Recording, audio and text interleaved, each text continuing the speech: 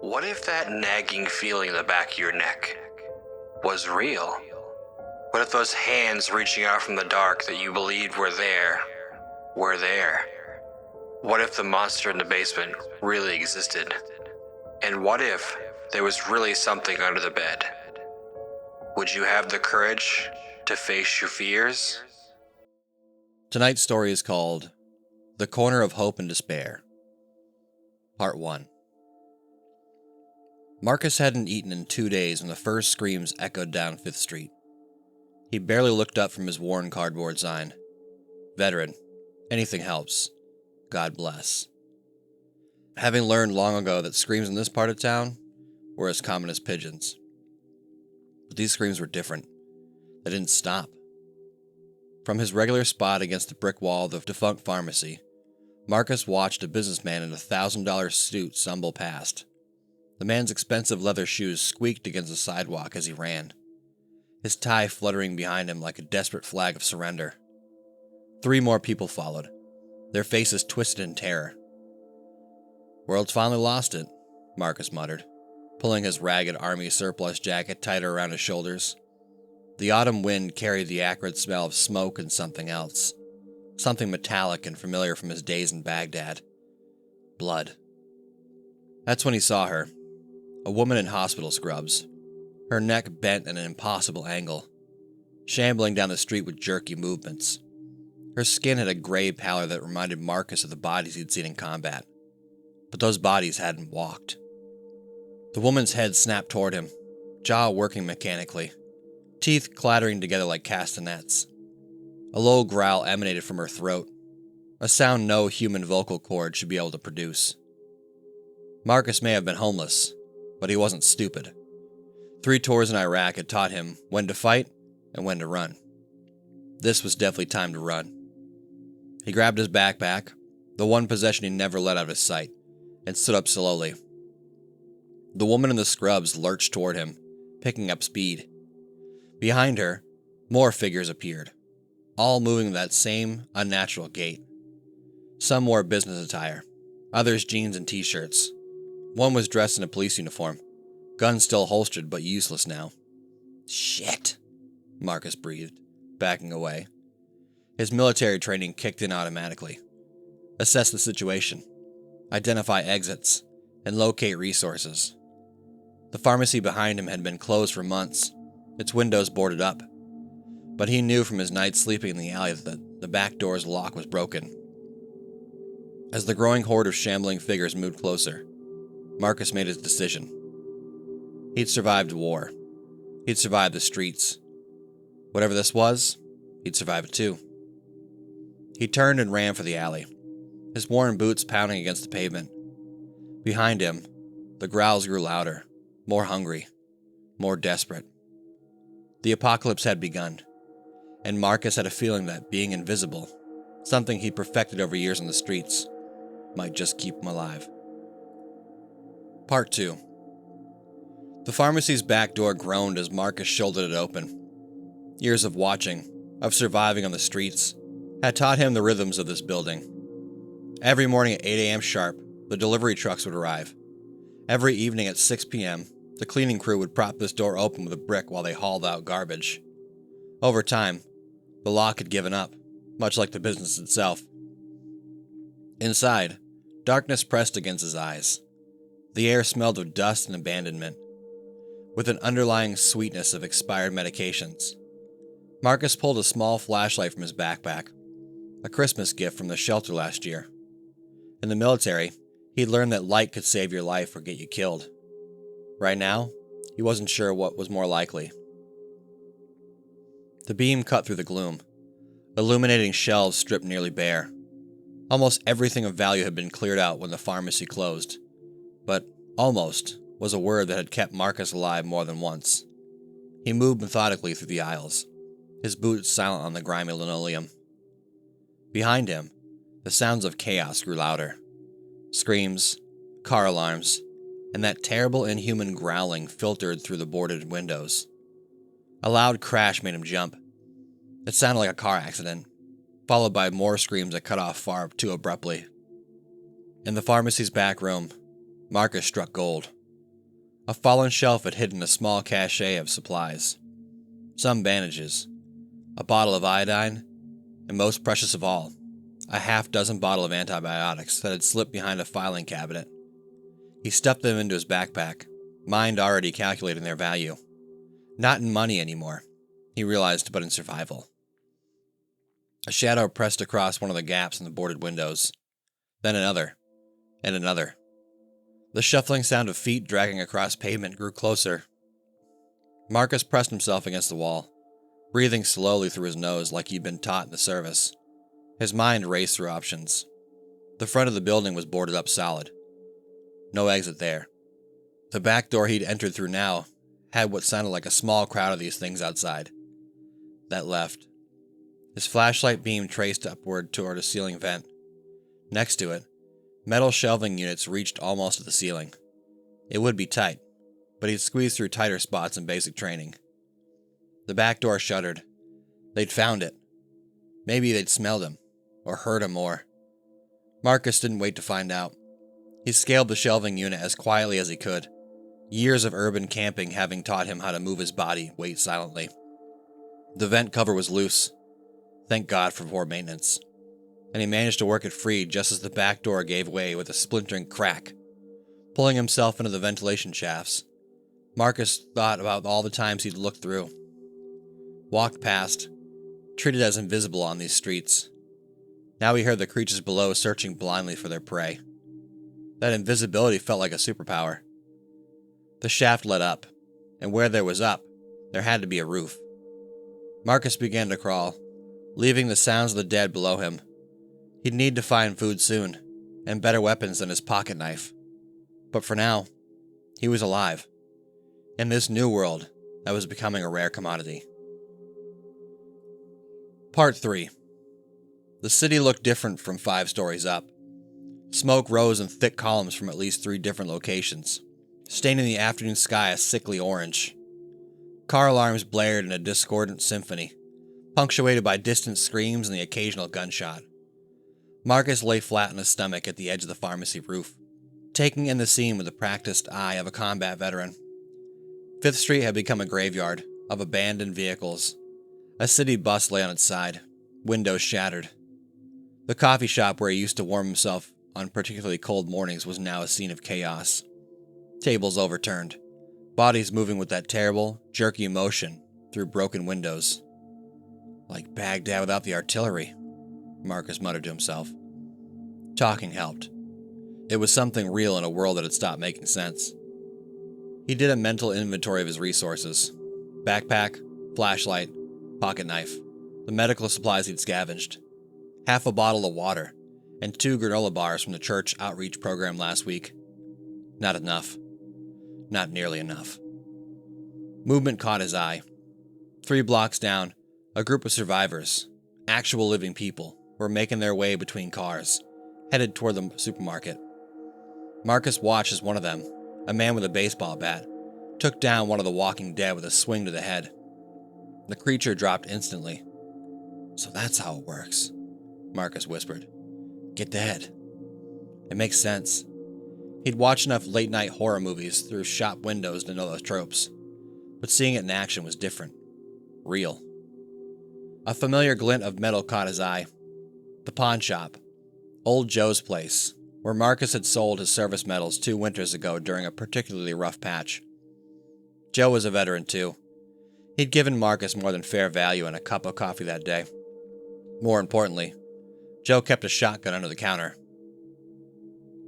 The pawn shop was 2 buildings over. The roofs were close, connected by maintenance walkways in some places, mere gaps in others. Marcus had learned every inch of these buildings during his time on the streets. Which ones had roof access, which ones were monitored. Where the cameras were.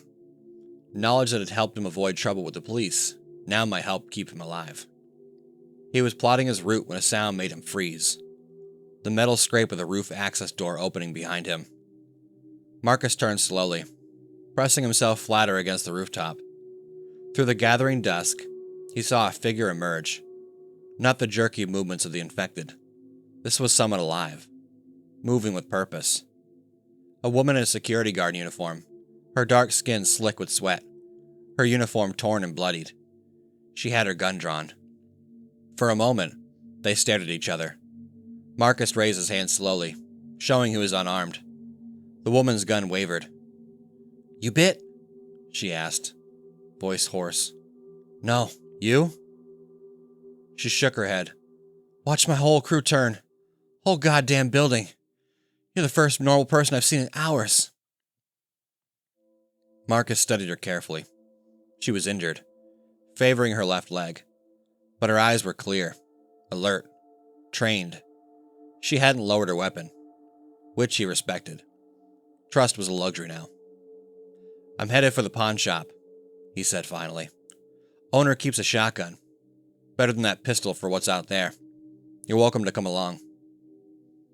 The security guard was quiet for a moment, evaluating him just as carefully as he'd evaluated her. Finally, she lowered her weapon. "Name's Regina," she said. "And yeah, a shotgun sounds real good right now." Marcus nodded, already recalculating his plan for 2 people. The sun was setting, painting the smoke-filled sky in shades of blood red. They'd need to move fast. The dead owned the night in this new world, and he had no intention of joining them. Part 4. The gap between the buildings looked a lot wider up close. Marcus judged it was about 8 feet, a jump he could make easily during his military days. But that was many hungry nights ago. "We've got company," Regina whispered, gesturing toward the street below. A group of infected had gathered, drawn perhaps by their movements or voices. In the fading light, their pale faces turned upward like grotesque flowers tracking the sun. "They can't climb," Marcus said, though he wasn't entirely sure. Everything he thought he knew about the world had changed in the past few hours. But that racket they're making might draw more. The moans from below were getting louder, echoing off the buildings. Regina checked her pistol. 3 rounds left. "Not enough," she muttered, "especially if we miss the jump."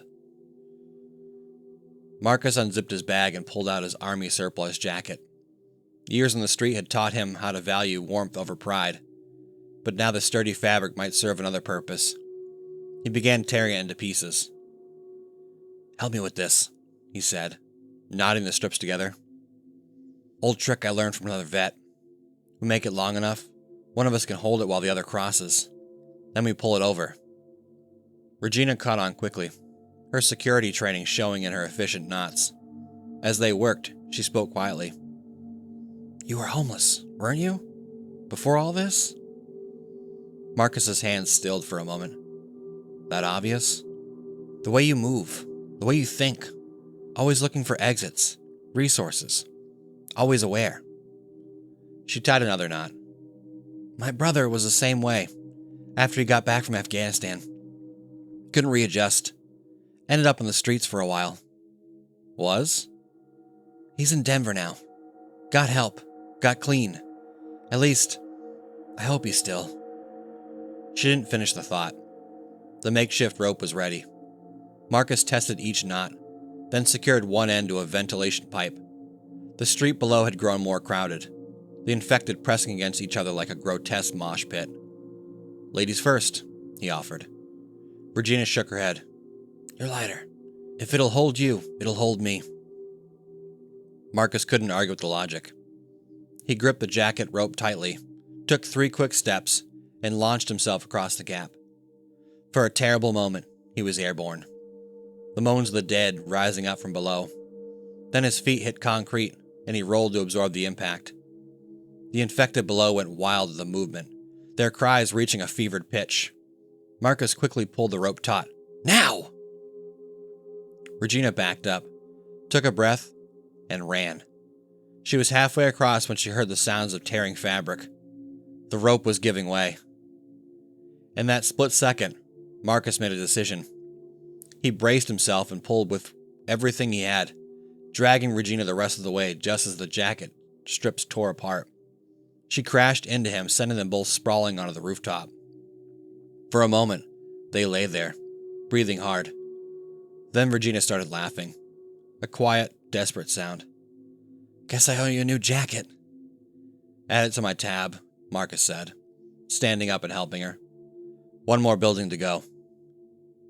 They could see the pawn shop now, its weathered sign illuminated by the last rays of sunset. The final gap was smaller, but it led to a fire escape. They'd have to be quick. The metal stairs would make noise, and sound drew the dead. Regina checked her gun over one last time. Your friend Joe, you sure he's still alive? Marcus looked down at the pawn shop's dark windows. No, but either way, we're about to find out. The sun dipped below the horizon, plunging the city into darkness. Above them, stars were beginning to appear, more than usual, with most of the city's power now out.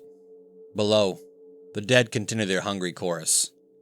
They had minutes of light left, maybe less. Part 5.